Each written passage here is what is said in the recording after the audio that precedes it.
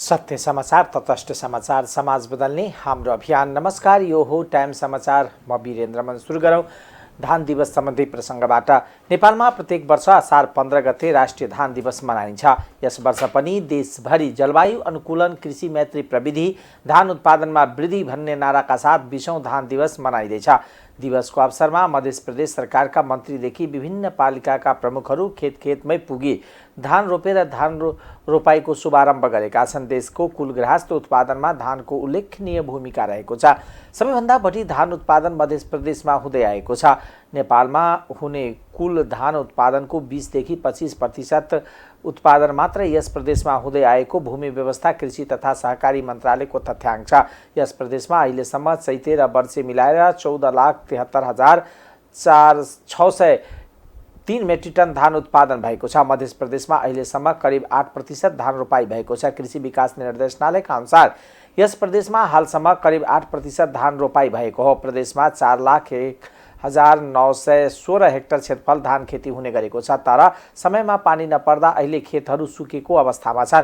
देशभरका राष्ट्रिय धान दिवस मनाइरहँदा यस प्रदेशमा अहिलेसम्म 3.61% मेट्रिक टन धान उत्पादन भएको भूमि व्यवस्था, कृषि तथा सहकारी मन्त्रालयले जनाएको छ। प्रदेशमा 4,12,191 हेक्टर खेतीयोग्य जग्गा रहेको छ। धनुषामा 59,000 हेक्टर खेतीयोग्य जग्गामा धान रोपाई गरिएकोमा प्रति हेक्टर 3.01% को हिसाबले कुल 1,77,330 मेट्रिक टन धान उत्पादन भएको मन्त्रालयले जनाएको छ। यता मल खादको आपूर्तिको 70% जिम्मा कृषि सामग्री कम्पनीको र 30% साल ट्रेनिङ कम्पनीको रहेको किसानहरू सहज रूपमा कुनै वर्ष मल नपाउने गरेको उनीहरूको गुनासो छ। धान उत्पादन उल्लेखनीय रूपमा हुने समेत किसानहरू आशावादी छन्। किसानहरू मलको अभावमा मार्कामा परेका छन्। मध्य प्रदेशमा सिँचाइको अभाव रहेको समयमा जसोतसो धान रोपाई गर्दै आएका किसानहरूलाई खेतीपातीका लागि आवश्यक मलको अभावले पनि चिन्तित बनाएको छ। नागरिक सङ्घर्ष जनअभियान नेपालले जनकपुर धाममा धरना दिएको छ। विभिन्न 5 बुँदे मागसहित शुक्रबार स्थानीय जनक चौकमा धरना प्रदर्शन गरेको हो। धरनामा सहभागीहरूले सबै जात जातिको भूमिहीनहरूलाई कम्तीमा 5 धुर जग्गा, 2 कोठे पक्की घरको व्यवस्था गर्नुपर्ने लगायतका विभिन्न 5 बुँदे माग राखेका छन्। उनीहरूले सम्पूर्ण नेपाली ऋणीहरूको ऋणमा 30% र ब्याजमा 7% छुटको व्यवस्था गर्नुपर्ने, जनता अदालतको छुट्टै व्यवस्था कायम गर्नुपर्ने, सडक विस्तारको क्रममा पर्ने घर जग्गा, घडेरी, खेतीयोग्य जमिनको उचित मूल्याङ्कन गरी अविलम्ब भुक्तानी गर्नुपर्ने लगायतका माग गरेका छन्। संगठन प्रमुख अशेश्वर कामतले आफूहरूले 25 वर्ष मुनिका युवा युवतीलाई धूम्रपान खरिद बिक्री तथा सेवनमा रोक लगाउने कानुन अविलम्ब निर्माण गरी लागू गर्नुपर्ने माग समेत गरेका छन्। रौतहटको प्रहरीले अनाधिकृत रूपमा बैंक खातामा पहुँच बनाई लाखौं रुपियाँ लुट्ने गिरोहका 7 जनालाई नियन्त्रणमा लिएको छ। वृन्दावन नगरपालिका 3 बस्ने रामेश्वर राय यादवको माछापुच्छ्रे बैंकको वृन्दावन शाखा कार्यालयमा रहेको खाताबाट 9 लाख रुपियाँ गायब गर्ने गिरोहको 11 जनाको पहिचान भएकोमा 7 जना पक्राउ परेको जिल्ला प्रहरी कार्यालय रौतहटले जनाएको छ। गत जेठ 5, 6 र 7 गते दैनिक 3-3 लाखको दरले 9 लाख रुपियाँ अन्य बैंकको खाता तथा खल्तीमा खातामा अनाधिकृत रुपियाँ ट्रान्सफर गरी ठगी गरेको घटनामा 7 जनालाई पक्राउ गरिएको हो। प्रहरीले उनीहरूको साथबाट 6 थान मोबाइल, विभिन्न व्यक्तिहरूको विभिन्न बैंकको 15 थान एटीएम कार्ड, मोटरसाइकल 1 थान र 66,000 नगद बरामद गरेको हो। पक्राउ परेकाहरूको अनाधिकृत रूपमा बैंकको खातामा पहुँच पुर्याई विभिन्न व्यक्तिको खातामा रकम ट्रान्सफर गरी आर्थिक अवचलन गरेको अनुसन्धानबाट खुलेको हो। उनीहरूले अनाधिकृत रूपमा ट्रान्सफर भएको रकम एटीएमबाट गैर कानुनी तवरले निकाली आर्थिक लाभ लिने गरेका थिए। यसका साथै विभिन्न व्यक्तिहरूलाई आर्थिक प्रलोभनमा पारी खाता खोल्न लगाई खातावालाको mobile, online banking user name र पासवर्ड समेत पहुँच लिई खाताहरूबाट रकम ट्रान्सफर गरी रकम ठगी गर्ने गरेका थिए। यस सम्बन्धमा थप अनुसन्धान भइरहेको जिल्ला प्रहरी कार्यालयले जनाएको छ। मध्य प्रदेशमा छुट्टै सवारी दुर्घटनामा परेर 2 जनाको मृत्यु भएको छ। सप्तरीको तिरहुत गाउँपालिका 5 मैना कडेरी स्थित सडकमा 7757 नम्बरको मोटरसाइकलको ठक्करबाट मोटरसाइकल यात्री स्थानीय मोहम्मद मजिदको 16 वर्षीय छोरी मोहम्मद महताजको मृत्यु भएको हो। ठक्करबाट गम्भीर घाइते भएका उनको प्राथमिक स्वास्थ्य केन्द्र कञ्चनपुरमा उपचारको क्रममा मृत्यु भएको प्रहरीले जनाएको छ। यता महोत्तरीको शमसी गाउँपालिका 4 गैढा चौकी स्थित सडकमा नम्बर नखुलेको सवारी साधनको ठक्करबाट पैदल यात्री मनराज सिसवा नगरपालिका 4 साना बस्ने 45 वर्षीय शैलेन्द्रको मृत्यु भएको। यता महोत्तरीको शमसी गाउँपालिका 4 गैढा चौकी स्थित सडकमा नम्बर नखुलेको सवारी साधनको ठक्करबाट पैदल यात्री मनराज सिसवा नगरपालिका 4 साढा बस्ने 45 वर्षीय शैलेन्द्रको मृत्यु भएको छ। ठक्करबाट गम्भीर घाइते भएका उनको प्रादेशिक अस्पताल जलेश्वर हुँदै प्रादेशिक अस्पताल जनकपुरमा थप उपचारको क्रममा मृत्यु भएको बताइएको छ। यस सम्बन्धमा थप अनुसन्धान भइरहेको प्रहरीले जनाएको छ। राष्ट्रिय प्रजातन्त्र पार्टीका अध्यक्ष राजेन्द्र लिङदेलले नक्कली भुटानी शरणार्थी ललिता निवास लगायतका प्रकरणमा कुनै पनि दोषी छुट्न नहुने बताउनु भएको छ। शुक्रबार काठमाडौँमा आयोजित पार्टी प्रवेश कार्यक्रमलाई सम्बोधन गर्दै अध्यक्ष लिङदेलले पछिल्ला प्रकरणले अहिलेका अधिकांश राजनीतिक दल भ्रष्टाचारमा लिप्त भएको पुष्टि गरेको बताउनुभयो। उहाँले राष्ट्रिय प्रजातन्त्र पार्टी भने भ्रष्टाचारको कडा विरोधी रहेको दावी गर्नुभयो। सो कार्यक्रममा सहभागी राप्रपाका अन्य नेताहरूले मुलुकमा हिन्दू राष्ट्र संरक्षणका लागि पार्टीले सक्दो कोसिस गरिरहेको बताएका थिए।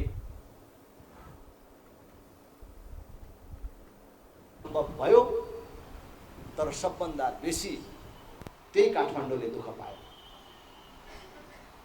दुःख पायो मात्र होइन, अलिअलि दुःख पाउने, विकास अलिकति ढिलो हुने, अलिकति कर बेसी लाग्ने कुरा त भोलि पर्सि फेरि अर्को सरकार आउला, अर्को पार्टीले जित्ला, अर्को राम्रो मान्छे आउला, त्यसलाई ठिक लगाउन सकिएला, ठिक ठाउँमा ल्याइएला। तर पहिचान समाप्त हुने परिस्थिति बन्यो, जसलाई काठमाडौँको नेवारहरूले साथ दिएर परिवर्तन सम्भव भयो। उनीहरूले आफू समाप्त हुने ठाउँबाट उठेर आएर सत्तामा बस्ने मौका पाए। उनीहरूले सत्तामा बस्ने मौका पाउने बित्तिकै यहाँको नेवारको संस्कृतिहरूमाथि आक्रमण सुरु गरे। नेपालको राजनीतिमा फरक संस्कृतिको विकास गर्न चाहन्छु। अहिले कुन प्रकारको भ्रष्टाचार बढेर गएको छ, कुन प्रकारको वैदेशिक हस्तक्षेप बढेर गएको छ, तपाईहरू जिउँदो साक्षी हुनुहुन्छ। आज भ्रष्टाचारको डुङ्गुरमाथि बसेर देशका शासकहरू शुद्धताको मन्त्रोच्चारण गरिराखेका छन्। अहिले भएको भर्खरै भुटानी शरणार्थी प्रकरण मात्रलाई हेर्नुभयो भने पनि हामीले बारम्बार भनेको कुराको पुष्टि हुन्छ। हामीले भन्यौं निरन्तर रूपमा कि नेपालमा हुने सबै भ्रष्टाचार काण्डहरूमा अहिलेका ठुलाउँ भन्ने सबै दलहरू संलग्न छन्। त्यो कुरा प्रमाणित भयो कि भएन? अहिले कुन दल चाहिँ चोखो रहेछ त?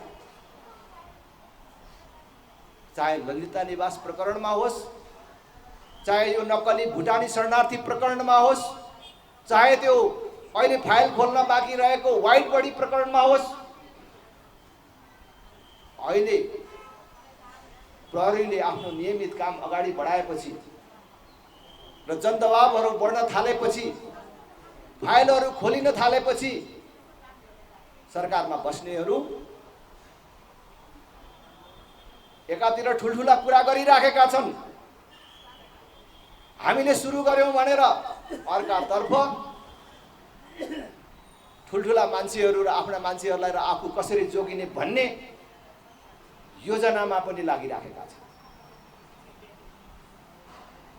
म यहीबाट भन्न चाहन्छु, राष्ट्रिय प्रजातन्त्र सो अवसरमा अध्यक्ष लिङदेलले 40 जना भन्दा बढी व्यक्तिलाई पार्टी प्रवेश गराउनु भएको थियो। मुलुकभर पार्टी प्रवेश गर्न खोज्नेको संख्या धेरै रहेका कारण आगामी दिनमा 6 महिने घर दैलो अभियान चलाउने योजना रहेको पनि अध्यक्ष लिङदेलको दाबी थियो।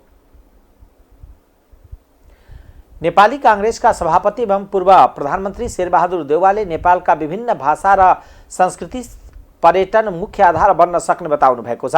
शुक्रबार पार्टी केन्द्रीय कार्यालय सानेपामा आयोजित प्रशिक्षण कार्यक्रमलाई सम्बोधन गर्दै उहाँले यस्तो बताउनु भएको हो। उहाँले आदिवासी जनजातिको भाषा संस्कृतिको संरक्षण गर्दा राज्यलाई नै फाइदा हुने बताउनु भयो। उहाँले पार्टी चाहेर पनि विभिन्न कारणले आदिवासी जनजातिको सहभागिता सबै क्षेत्रमा सन्तोषजनक नरहेको बताउनु भयो।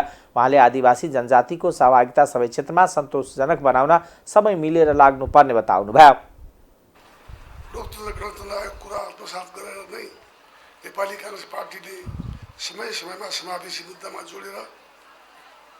समावेशी मुद्दा जोरदार रूपमा उठाउँदै कहिले विधानमा त कहिले संविधानमा दलित महिला आदिवासी जनजाति थारू मुस्लिम बौद्धिक समुदायको हक अधिकारको उल्लेख पहल गरेको छ। हाम्रो पार्टीले समावेशिताको विषय उठान गरेको हो। यो आजभन्दा 20 वर्ष अगाडि कदमजनको नीति र पार्टी सरकारमा रहँदा मैले लागू गरेको हुँ। आदिवासी जनजातिको भाषा संस्कृतिको संरक्षण गर्दा राज्यलाई नै फाइदा हुने हो।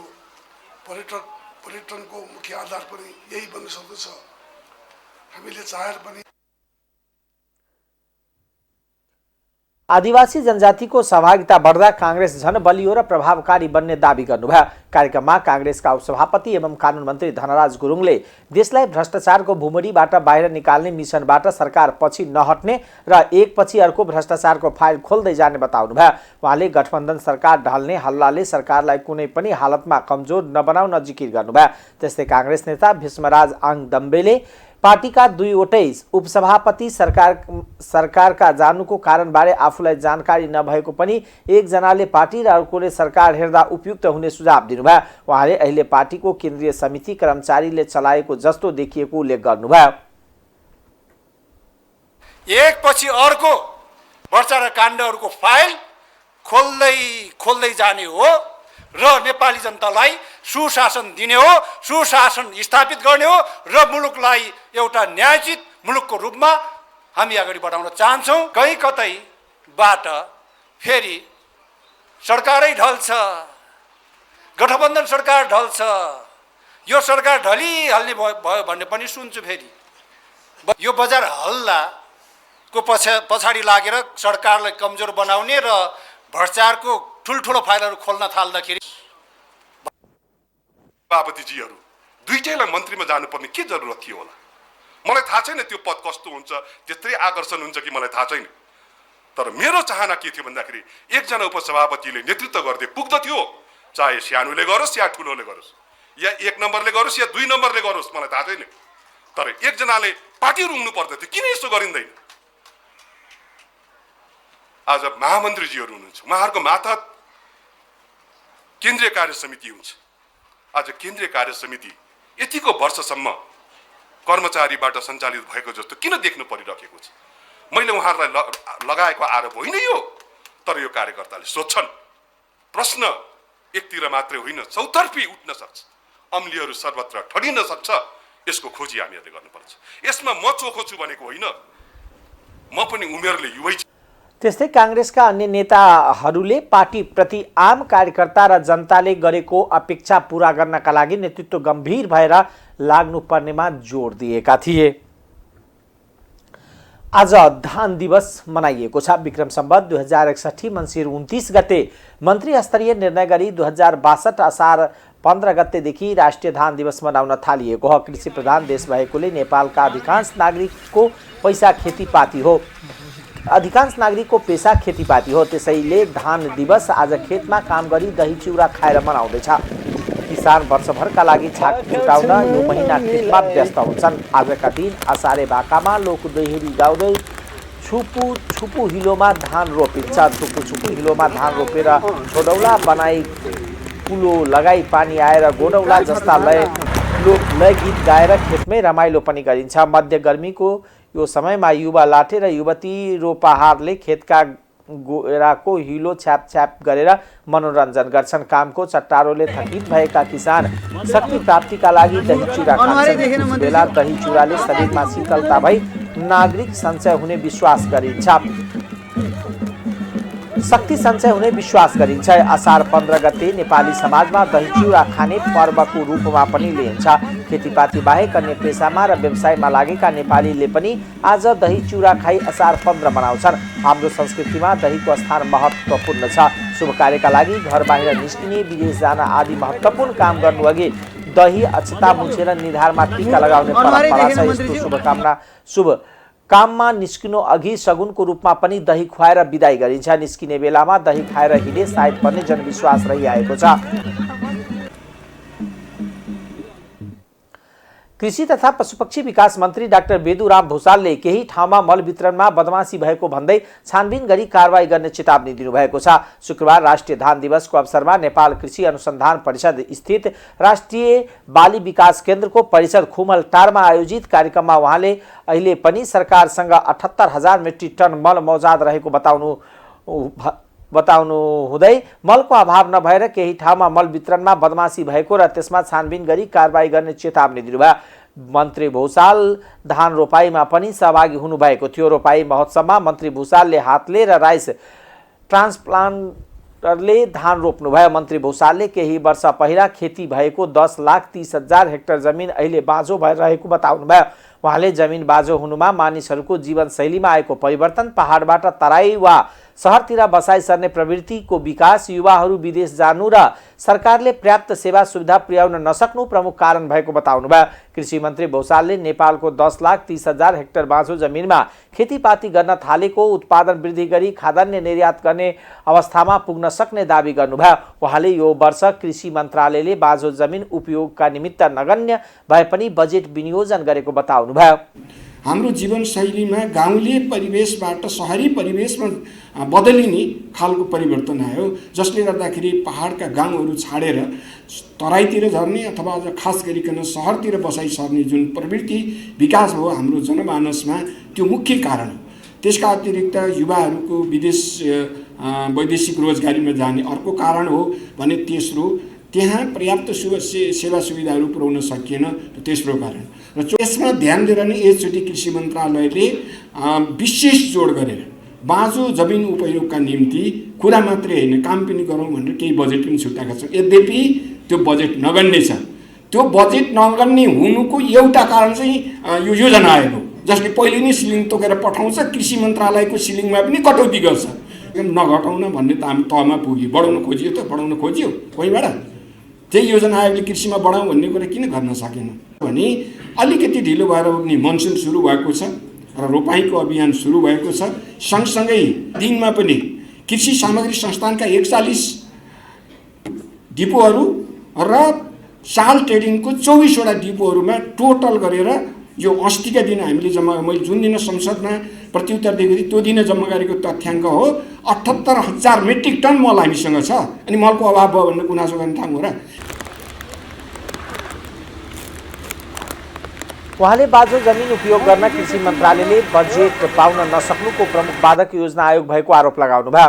उहाँले मलको अभाव भयो भनेर राजनीति प्रतिशोधका आधारमा विगतमा फोटो खिचेर प्रचार गरिएको बताउनुभयो। भरतपुर महानगरपालिका प्रमुख रेणु दाहालले कृषकहरूलाई 12 महिना सिँचाइ सुविधा पुर्याउने गरी काम भइरहेको बताउनु भएको छ। 20औं राष्ट्रिय धान दिवसको अवसरमा चितवनको भरतपुरमा आयोजना गरिएको रोपाई महोत्सव 2080 मा दाहालले आकाशको पानी कुरेर कृषकहरूले धान रोप्नुपर्ने अवस्थाको अन्त गरिने बताउनुभयो। समग्रमा भरतपुर महानगरपालिकामा सबै खालको खेतीको सम्भावना छ। यहाँ तोरीको पनि अहिले पछिल्लो धेरै नै राम्रो एउटा उत्पादन भयो, अहिले गर्नुपर्छ र अब धानमा पनि राम्रो छ। अब अरू गाउँमा सबैमा तरकारी खेती सबै अन्नबालीहरूमा राम्रो एउटा सम्भावना छ। मात्रै हामीले सिँचाइको पर्याप्त व्यवस्था गर्न नसक्दाखेरि किसानहरू मर्कामा पर्नुभएको छ, दुखी हुनुहुन्छ। त्यसको लागि पनि महानगरपालिकाले वैकल्पिक व्यवस्था गरेर पनि भूमिगत जल सिँचाइको माध्यमबाट हामीले बोरिङहरू, डिप बोरिङ, सालो ट्युबवेलहरूको माध्यमबाट महानगरपालिकाका विभिन्न वडाहरूमा हामीले उपलब्ध गराउँदाखेरि किसानहरू केही न केही व्यवस्था भएकोमा खुसी हुनुहुन्छ। तर अब हामी निकट भविष्यमा नारायणी लिफ्ट सिँचाइलाई अहिले त्यहाँ कार्य भइराखेको छ। यन्त्र उपकरण एउटा अत्याधुनिक उपकरणहरू जडान हुँदैछ। त्यो सम्पन्न भएपछि अब हामी सायद अर्को वर्षदेखि किसानहरूलाई यसरी आकाशको पानी भर गर्नुपर्ने अथवा डिप बोरिङको माध्यमबाट भर गर्नुपर्ने अवस्था रहँदैन। महानगरपालिकाले सिँचाइ नपुगेको ठाउँमा स्यालो ट्युबवेल बोरिङको व्यवस्था गरिरहेको भन्दै उहाँले नारायणी लिफ्ट समेत सञ्चालनको तयारी भइरहेको बताउनुभयो। कोशी प्रदेश सरकारका मुख्यमन्त्री हिक्मत कुमार कार्कीले विश्वासको मत प्राप्त गर्न असफल हुनुभएको छ। प्रदेश सभाको बैठकमा सभामुख बाबुराम गौतमले मुख्यमन्त्री कार्कीले राख्नुभएको विश्वासको मतमाथिको प्रस्तावको पक्षमा 46 र विपक्षमा 43 मत प्राप्त भएको जानकारी दिनुभयो। प्रदेश सभामा विश्वासको मत प्राप्त गर्न कम्तीमा 47 मत आवश्यक हुन्छ। प्रदेश सभामा आजको बैठकमा कुल संख्या 93 मध्ये 80 प्रदेश सभा सदस्य उपस्थित हुनुहुन्थ्यो। विश्वासको मत प्रस्तावमाथि बिहिबारको बैठकमा प्रदेश सभा सदस्यहरूले आफ्नो भनाइ राख्नु भएको थियो। आजको बैठकमा मुख्यमन्त्री कार्कीले प्रदेश सभा सदस्यहरूको प्रश्नको जवाब दिँदै जनताले कुनै पनि दललाई प्रश्न बहुमत नदिएको र दलहरू मिलेर नै सरकार बनाउनुको विकल्प नभएको बताउनुभयो। उहाँले त्यसअघि आफूलाई विश्वासको मत दिन आग्रह गर्नुभएको थियो। सबैजना प्रदेश सभा सदस्यहरूमध्ये आजको मत विभाजन कार्यमा उपस्थित माननीय सदस्यहरूको जम्मा संख्या 89 रहेको बेहोरा जानकारी गराउँदछु।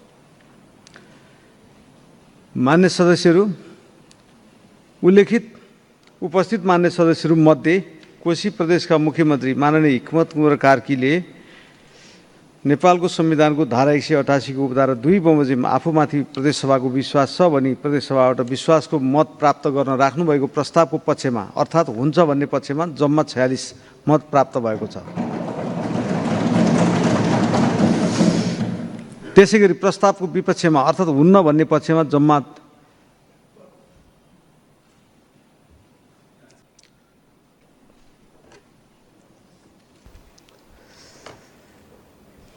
जनता समाजवादी पार्टीले मुख्यमन्त्रीको विश्वासको प्रस्ताव उपर तटस्थ बस्ने निर्णय गरेकोले पार्टीका एकमात्र प्रदेश सभा सदस्य निर्मला ताबालिम्बू बैठकमा उपस्थित हुनु भएन।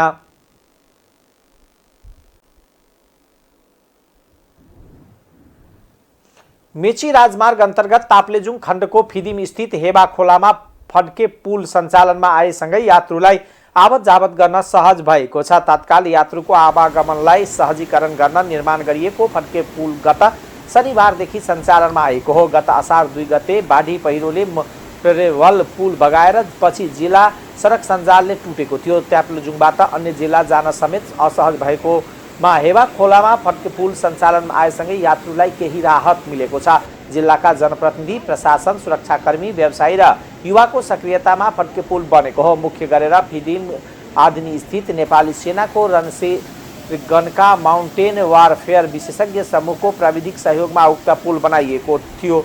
बाँसका साथै बिजुलीको तार र नट प्रयोग गरेर बनाइएको पुलमा 5 थरका युवा सङ्घको पनि सहयोग रहेको जनाइएको छ। फड्के पुलको सहयोगले गाडी मार्फत वारीपारीसम्म आइपुग्ने यात्रुलाई आफ्नो गन्तव्य पुग्न तरेर जान केही सहज भएको छ। मेची मार्गको फिदिम ताप्लेजुङ खण्डमा 200 बढी निजी तथा भाडाका गाडीमा 2000 सम्म यात्रुले यात्रा गर्छन्। हेबा खोलाको पुल बगाएपछि यात्रुलाई असुविधा पुगेको थियो। फड्के पुल बनेपछि यात्रुलाई धेरै राहत पुगेको छ। फड्के तर्ने यात्रुलाई वारीपारी सवारी साधनले वारीबाटै र पारीबाटै सवारी साधनले वारीबाट उठाएर गन्तव्य लगिदिन थालेका छन्। यहाँ सडक डिभिजन कार्यालयबाट बनिरहेको बेली ब्रिज सम्पन्न नहुँदासम्म यात्रुलाई यात्रा गर्न फड्केले सहयोग पुर्याएको छ। बेली ब्रिज बन्न 1 महिना लाग्ने बताइएको छ। हेबा खोलामा तत्काल डाइभर्सनको व्यवस्था गरेर गाडी ओहर दोहर गराउने प्रयास पनि भइरहेको छ। सभामुख देवराज घिमिरेले अहिले देखिएको बेरुजुको अवस्था घटाउन संघीय संसदले प्रभावकारी भूमिका खेल्न र आफूले त्यसका लागि गम्भीर भएर पहल गर्ने बताउनु भएको छ। महालेखा परीक्षकको कार्यालयको 65औं वार्षिकोत्सव समारोहमा सभामुख घिमिरेले महालेखा परीक्षकको कार्यालयले औल्याएको बेरुजु समस्या समाधान अभियानमा संघीय संसद पनि सक्रिय भएर लाग्ने प्रतिबद्धता जनाउनुभयो। पछिल्ला वर्षका बेरुजु आँकडा बढ्दै जानुमा कुन पक्ष र निकाय जिम्मेवार छ भनेर हेर्नुपर्ने उहाँको भनाइ छ। बेरुजु फर्छौटका लागि मुख्य भूमिका खेल्नुपर्ने संघीय संसद र संसद अन्तर्गतको सार्वजनिक लेखा समितिको प्रभावकारिता न्यून देखिएको उहाँको भनाइ छ। सभामुख घिमिरेले त्यसलाई सुधार गर्न आफ्नो प्रयास रहने पनि प्रश्न पार्नुभयो। र यसले देखेका बेरुजुहरूलाई समयभित्र फर्चुट गर्ने र यो साल देखिएका कमीहरूले जसको कारणले बेरुजु देखा पर्यो अर्को सालमा आउन नसक्ने पार्ने यो कुराहरूमा मैले टिप्पणी गर्नै पर्छ, खासै प्रगति गर्न सकिरहेका छैनौँ। अघि पनि केही चर्चा भयो, समयक्रममा अरू पनि चर्चा गरौँला, तर यो निकै ठुलो चुनौती हो। यसको लागि मूलत कहाँ समस्या छ, के कुराहरूमा समस्या छ, के को कारणले गर्दाखेरि यो समयमा फर्स्यौट हुन सक्दैन र आउँदो वर्ष पनि यिनै कुराहरू थपिएर जान्छन्। यो कुराको वस्तुपरक ढङ्गबाट समीक्षा गर्ने, त्यसबाट निकालेका निष्कर्षहरूलाई कार्यान्वयन गर्नको लागि कसको भूमिका के हुनुपर्छ, खास गरिकन ऐन कानुनको अभाव छ त्यसलाई कसरी पूर्ति गर्ने, इमान्दारिताको अभाव छ त्यसलाई कसरी नियन्त्रण गर्ने, कसरी कारवाही गर्ने, कसरी निरुत्साहित गर्ने होइन। अन्य कुराहरूले काम गरेको छ। राजनीतिक निकायहरू, राजनीतिक नेतृत्वहरूबाट चाहिँ यसलाई हस्तक्षेपकारी भूमिकाको कारणले यो काम हुन सकेको छैन भने त्यसको निकास निकाल्नको लागि पनि संसदलाई कसरी प्रभावकारी बनाउने र पूर्ति गर्ने वा नियम कानुनबाट पूर्ति गर्न गाह्रो हुन्छ। आफै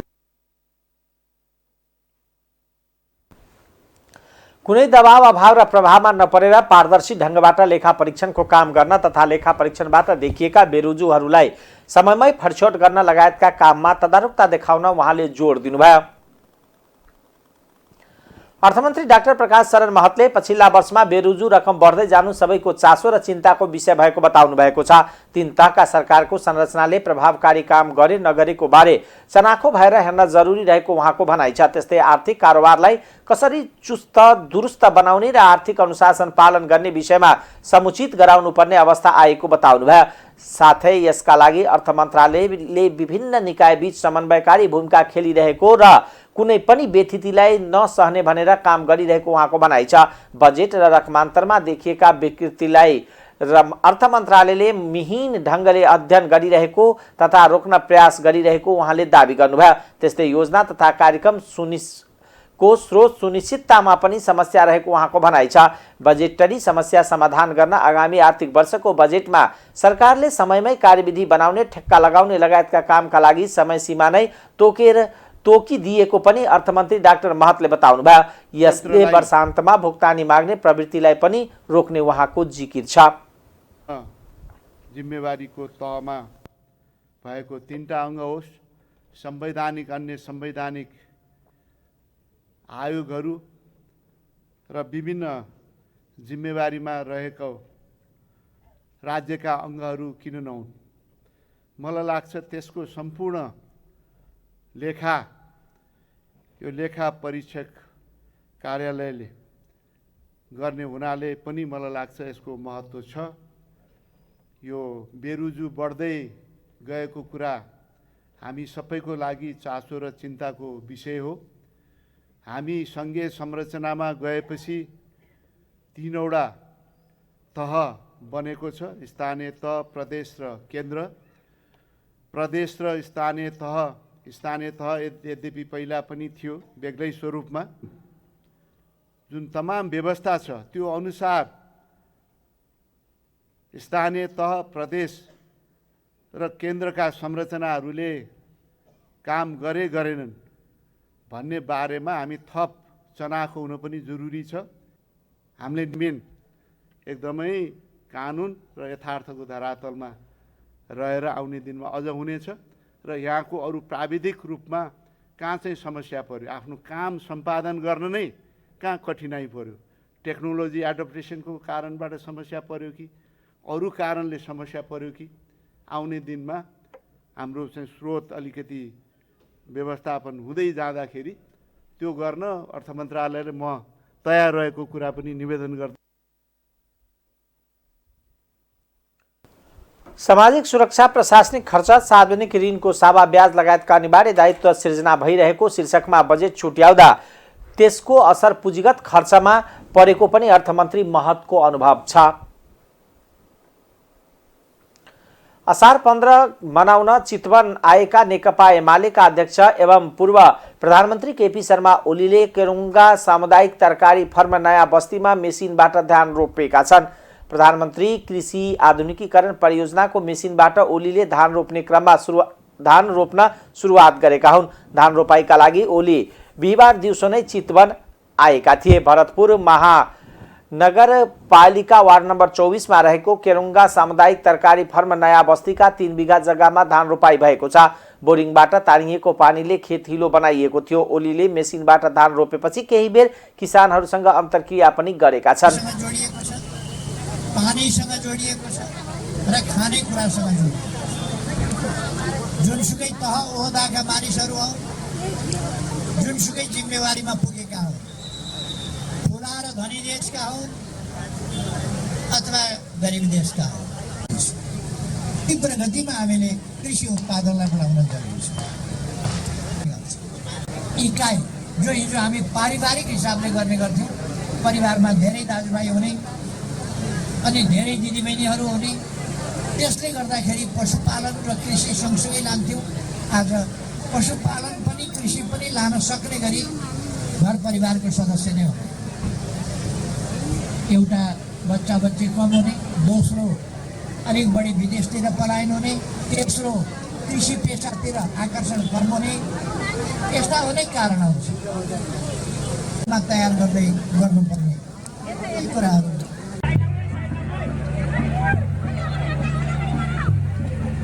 व्यवसायीकरण र आधुनिकीकरण भएको ठाउँ भएको र देशव्यापी सन्देश पनि जाने भएकोले चितवन रोजिएको एमाले निकट अखिल नेपाल किसान महासङ्घका अध्यक्ष प्रेम दङ्गालले जानकारी दिनुभयो।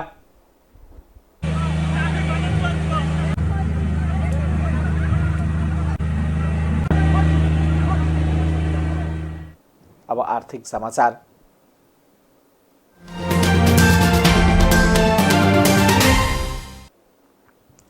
आज असार 15 अर्थात् 20औं राष्ट्रिय धान दिवस धुमधामसँग मनाइएको छ। नेपाल सरकारले 2061 देखि हरेक वर्ष आजको दिन धान दिवस मनाउने भएको हो। कृषि प्रधान देशमा नेपाल प्रत्येक वर्ष धान दिवस मनाइरहँदा नेपालको भान्सामा भने अमेरिका, भारत, चीन, कोरिया, जापान जस्ता मुलुकमा उत्पादन भएको चामल पाकिरहेको छ।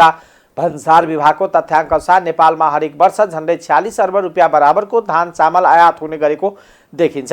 नेपालले चालु आर्थिक वर्षको 11 महिनामा मात्र 33 अर्ब 63 करोड 47 लाख रुपियाँको 7,24,574 मेट्रिक टन धान चामल आयात गरेको छ। तथ्याङ्क छ जसमध्ये 14 अर्ब 72 करोड 2,17,792 मेट्रिक टन चामल र 18 अर्ब 90 करोड 5,66,781 मेट्रिक टन धान भएको छ। त्यसैगरी नेपालले अमेरिकाबाट मात्र 19 करोड 36,32,000 रुपियाँको 2,179 मेट्रिक टन चामल आयात गरेको छ।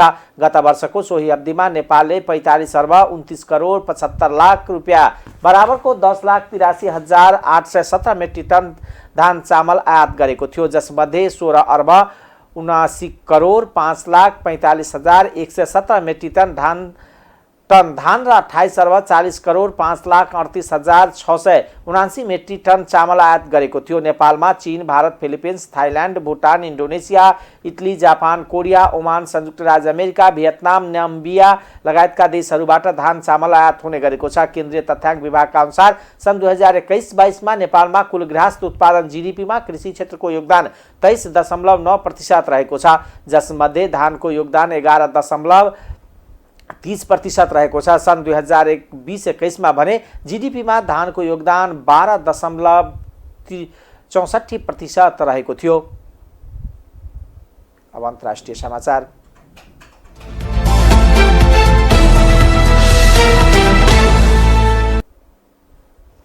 फ्रान्समा एक किशोरलाई ट्राफिक नियम उल्लङ्घन गरेको आरोपमा गोली हानेर हत्या गरेको प्रहरीले परिवारसँग माफी मागेका छन्। हत्याको आरोपमा हिरासतमा रहेका प्रहरी अधिकृतले मृतक किशोरको परिवारसँग आम माफी मागेको बीबीसीले जनाएको छ। गएको मंगलबार घटना भएपछि फ्रान्समा प्रदर्शन चर्किएको छ। प्रहरी र प्रदर्शनकारी बीच झडपहुँडा कम्तीमा 400 जना भन्दा धेरै व्यक्ति पक्राउ परेका छन्। प्रदर्शनले उग्र रूप लिएपछि पेरिस उपनगरमा गैरातीदेखि लागू हुने गरी सोमबार बिहानसम्म लागू कर्फ्यू लगाइएको छ। मंगलबार बिहान पहिलो मर्सिडीज कार चलाउँदा ट्राफिक नियम उल्लङ्घन गरेको भन्दै 17 वर्षीय किशोरलाई प्रहरीले हत्या गरेको आरोप छ। राष्ट्रपति इमानुएल मैक्रोनले गोली प्रहारको घटना अक्षम्य भएको बताउनु भएको छ। फ्रान्समा गएको वर्ष ट्राफिक नियम नमान्दा प्रहरीले चलाएको गोली लागेर 13 जनाको ज्यान गएको थियो। यमनको हुथी विद्रोही समूहले सरकारी सेना र साउदी अरब नेतृत्वको गठबन्धन विरुद्ध पुनः युद्ध सुरु गर्ने चेतावनी दिएको छ। शान्ति वार्ताका क्रममा गठबन्धनले बेइमानी गरेको आरोपसहित यो समूहले यमनबाट गठबन्धन सेनालाई निष्कासित गर्न र नयाँ सैन्य कारबाहीका लागि सक्रिय तयारी गरिरहेको जनाएको छ। हुथी विद्रोही लडाकुका रक्षा प्रमुख मोहम्मद अल अतिफीले युद्ध सुरु गर्ने चेतावनी दिएको चिनिया समाचार संस्था सिन्वाले जनाएको छ। सन् 2014 को अन्त्यतिर लडाईँ सुरु गरेको हुथी समूह र यमन सरकार बीच सन् 2022 अप्रिल 2 तारिकदेखि युद्ध विराम गर्ने सहमति भएको थियो। त्यसपछि छिटपुट घटना बाहेक यमनमा ठूलो आक्रमणका घटना भएका थिएनन्। यमनमा रहेको बारुदी सुरंग सफाई परियोजनाले जुन तेस्रो हप्तामा 880 वटा बारुदी धराप निष्क्रिय पारेको छ। वर्षौंदेखि चलेको युद्धमा बारुदी धराप र साना विस्फोटक पदार्थ बिछ्याएका छन्, त्यसबाट जोखिम निम्तिएको छ। टाइम समाचार अहिलेको लागि यति नै। हेर्दै गर्नुहोला टाइम्स